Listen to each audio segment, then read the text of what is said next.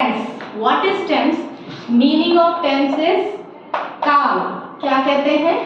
काल. Tense 3 type के होते हैं बेटा. देखो, फर्स्ट इज प्रेजेंट टेंस, है ना. प्रेजेंट का मतलब क्या है? जो चीज वर्तमान में हो रही है, यानी वर्तमान. I will teach you 3 types of tense, और होते भी 3 हैं. Second is past. पास्ट भूतकाल, जो कि गुजर चुका है ना. यस्टरडे आपका किसमें आ गया? पास्ट में. थर्ड इज फ्यूचर, है ना, जो अभी हो रहा है. अब फ्यूचर का मतलब क्या? भविष्य, जो होने वाला है, हो रहा है चंचल, वो तो आपका प्रेजेंट कहलाता है. ठीक है, ये 3 आपके पास टेंस है. अब हर टेंस में इनके भी 4 टाइप्स हैं.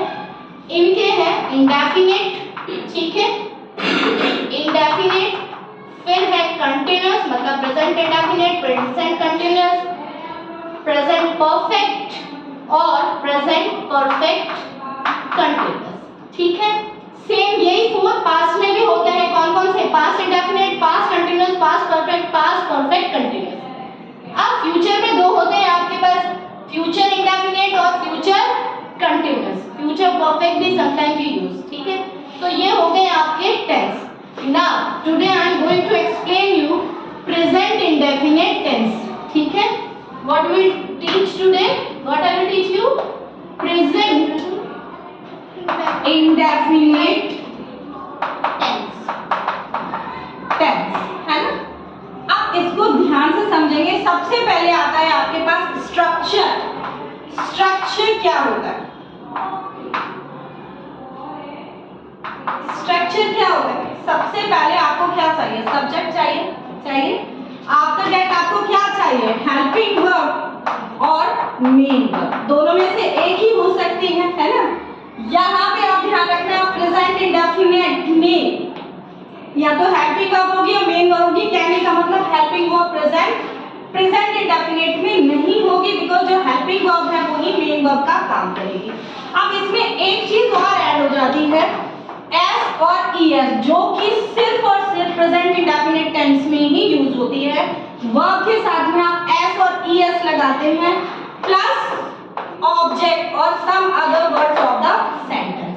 अब एस और ईएस आप कब लगाएंगे? तो जो भी आपका ही है, शी है, इट है और ने है, कहने का मतलब सिंगुलर के साथ में आप क्या लगाओगे? वर्ब के साथ में एस और ईएस. अब ईएस किसके साथ लगेगा? जिन वर्ड्स के लास्ट में डबल ओ आ रहा हो, सीएच आ रहा हो, ठीक है, डबल एस आ रहा हो, ठीक है, उन वर्ड्स के साथ में क्या लगाते हैं आप? ईएस. और प्लूरल के साथ में कुछ नहीं. समझ गए? ये आपका स्ट्रक्चर हो गया. कैसे? जैसे sun rises in the east, है ना. राइजेस, सन सिंगुलर है तो राइज था, RISE राइज था, उसके साथ मैंने एस लगा दिया बिकॉज सब्जेक्ट इज सिंगुलर. ये कौन से हैं? ये सब्जेक्ट है आपके. अगर सब्जेक्ट इनमें से कोई हो, ही, शी, इट हो, नेम हो, नेम ही है सन, तो हमने क्या लगा दिया? Rises in the east. अब मैंने कहा स्टूडेंट्स. अब स्टूडेंट्स रीड होगा या रीड्स होगा? बताइए, tell me. Read, because it is plural है तो उसके साथ में एस और ईएस नहीं लगेगा. स्टूडेंट्स रीड इन स्कूल में पढ़ते हैं. Students study in school. ठीक है. आई से मोहन वॉक्स डेली, एस लगा दिया बिकॉज मोहन इज सिंगुलर. समझ गए? ठीक है. इफ आई से वी वॉक डेली, तो वी वॉक, एस नहीं लगेगा. समझ में आ गया? तो सिंगुलर के साथ में, वर्ब के साथ में आप